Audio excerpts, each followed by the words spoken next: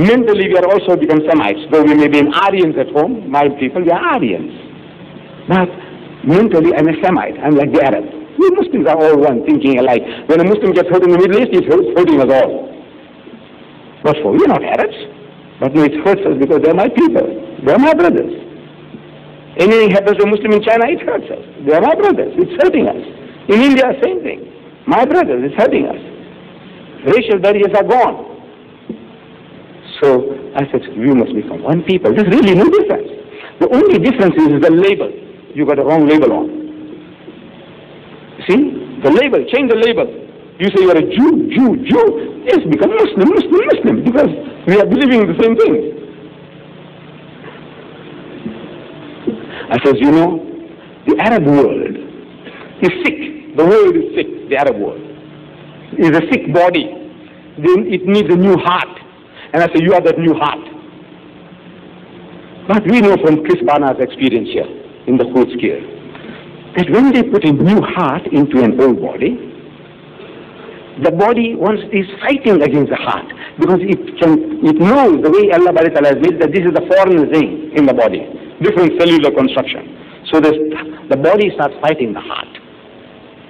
If the heart dies, the body dies. But the body doesn't know. It wants to kill the heart because this is a foreign element. There's a fight going on. So they drug the person. So the fight is less. Allow the body to get acclimatized to that new heart. This is the system that they work on. The body of the Arab world is sick. It needs a new heart, and you are that new heart. Without them there now, all these improvements that are taking place wouldn't take place at all. They're still smoking that hookah for the next 1,000 years and passing the time. It's the Jew that's waking them up. Without the Jew, we would have been sleeping still. The Arab world needs it. But the body is going to fight, rebel, because this cellular construction of the heart is different from that of the body. This is how it works. So I said, now look, your cellular construction of your heart, the heart there in the Middle East, is Jew. The body cellular construction is Muslim. So you change this cellular construction to Muslim and the heart will accept. And the body will accept. Simple as that. And there is no copyright on the label. Have you got a copyright? That I'm a Muslim, nobody else must use that he's a Muslim because he's a Chinese, he's an Eskimo, he can't say he's a Muslim. Have you got a copyright? No, so we have no copyright. You can use it. So I said, look, it's so easy as that. In other words, become Muslims. We are one people, we think alike, become Muslims. Problem is solved.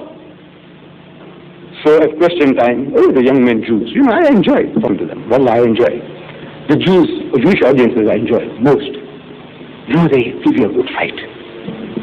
And I like a good fight. But they are fair. The student, he is coming out head on. But when he's defeated, he acknowledges defeat. That's the greatness. He must acknowledge that he's beaten. So question time. One fellow stands up. These are all Muslim medical students. He said, why don't you change your label? I said, change your label to solve the problem. I said, you have beaten my brother once. You've beaten them twice. You've beaten them thrice. And I said, you can beat them 30 times. But you haven't solved the problem. You'll never be able to solve the problem. Because at the moment is a problem of technology. Technologically, you are superior to my brethren. Physically, the Arab soldier is a better specimen of manhood than the average Jew. He's a better man, physically. But he's getting beaten. Because technologically, that guy has got better education. You see, the average Arab soldier may be a standard 6 guy. The average Jewish soldier is a matriculant. So he can follow instructions far better, more effectively than the Arab. That's why they're getting beaten. Technologically, the armaments. They can use better armaments. They got better armaments, better supplies. With the others, the Russia won't supply us, but America is giving them to the Jews. The most sophisticated weapons of attack and defense. That Russia stealing all our money, he's only giving you defensive weapons. You just sit back and get, you just protect yourself, and that's where you get hiding. So I said, look, it's a battle of technology. And technology is not a closed shop.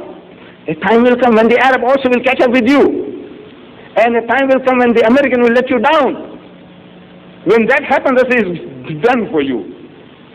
Before that happens, why don't you come to terms with your brother and your cousins? And the guy will let you down. During that 1967 war, 67, That was the 73 war. Yeah. 73 war. You know, the Arabs closed the pipelines. So there was newspaper writing. In America, if you say fuel, burn Nixon. Burn Nixon. You know, the guy was president. So burn him. Say fuels, burn that fellow. This American nation. Look. They let the Vietnamese down. They lost 50,000 men, Americans, that died in Vietnam. But eventually they threw in the towel. Look, the same fellow now, what he did now. In Beirut, he was there with his navy there, and he's shooting 35 miles away, hitting at those people in the mountains, the Muslims.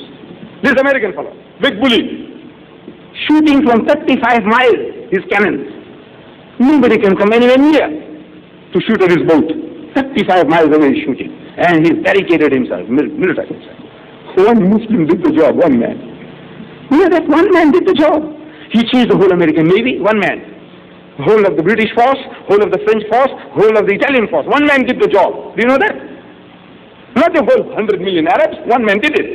In a truck with dynamite, he went smashing to the Americans. 260 he killed one hit. And the Americans couldn't stomach that.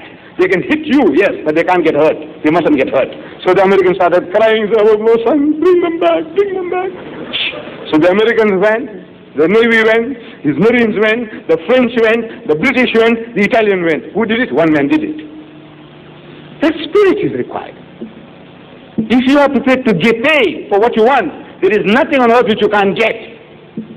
This is the law of Allah. You give what you are supposed to pay for what you want, and you will get it. One man can change the whole. This atom bomb is nothing. What is atom bomb in the mind of man? Where is the atom bomb? Where is the atomic plant? Well, you can destroy it. They are barricading the White House now in Washington. Do you know that?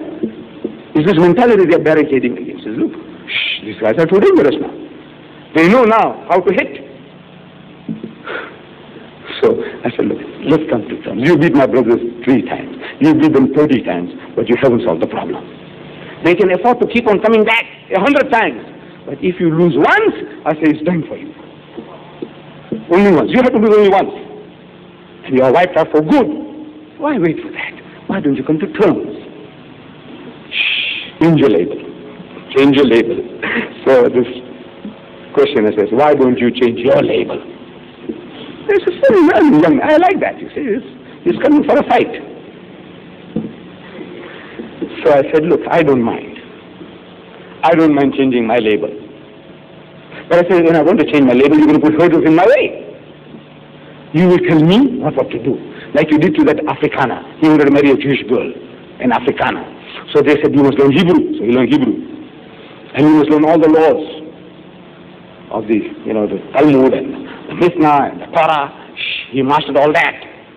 Then he says in the Sunday Times, there was an article with this picture, he said, and at the age of 23, I was painfully circumcised to become a Jew. Of course, they don't have to do it to us, we are already circumcised. But now, so I said, but that guy is still a 3rd grade Jew. In your mind, he is still a 3rd grade Jew. Let's say I succeed. First thing, you don't want a black man. The white man, willy-nilly, because their daughter is running away, you want to convert him. All right. But me, you don't want really, you don't want me. But suppose I succeed in going through all the hurdles and you convert me to become a Jew. I said, what have you achieved? I said, how many are you in the world today? So somebody said, we are about 12 million then. They are about 15 million now. 12 million.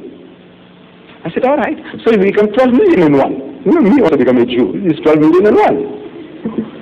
But I said, if you change your label, we are 700 million then. We are 1,000 million now. I said, we are 700 million. I said, we become 700 million in one. Can't you see the difference? I said, you're a businessman. You as a businessman, you know that if you have a product for which you have a market of 12 million pounds of 5 roses tea, for example. You change the label and you get 700 million people to buy. You are a bloody fool, I said, if you don't change your label. No, and there is no copyright on the label. No copyright. Put it on, man. You get 700 million customers for your product. So you are a fool if you don't change your label. And I tell you, the young men, I can see very sincere. Look, there's some goodness in them. With all the things that are going on, there is certain goodness in them, which bulk of our people they lack. They haven't got it. You know the Shatila and Sabra massacre. they killed every man, woman, and child. And even the horses were killed. This is the reminiscence of what they did to the Philistines in the book of Joshua, chapter 6, verse 21. And they killed every man, woman, and child, young and old, and even asses were not spared. Donkeys, they killed even donkeys, the Jews. So now, Shabra and Shakila, they did it again. But this time they said, we didn't do it. It was the Christians who did it. I said, all right, but who was showing the flares, torches? Who was showing the torches?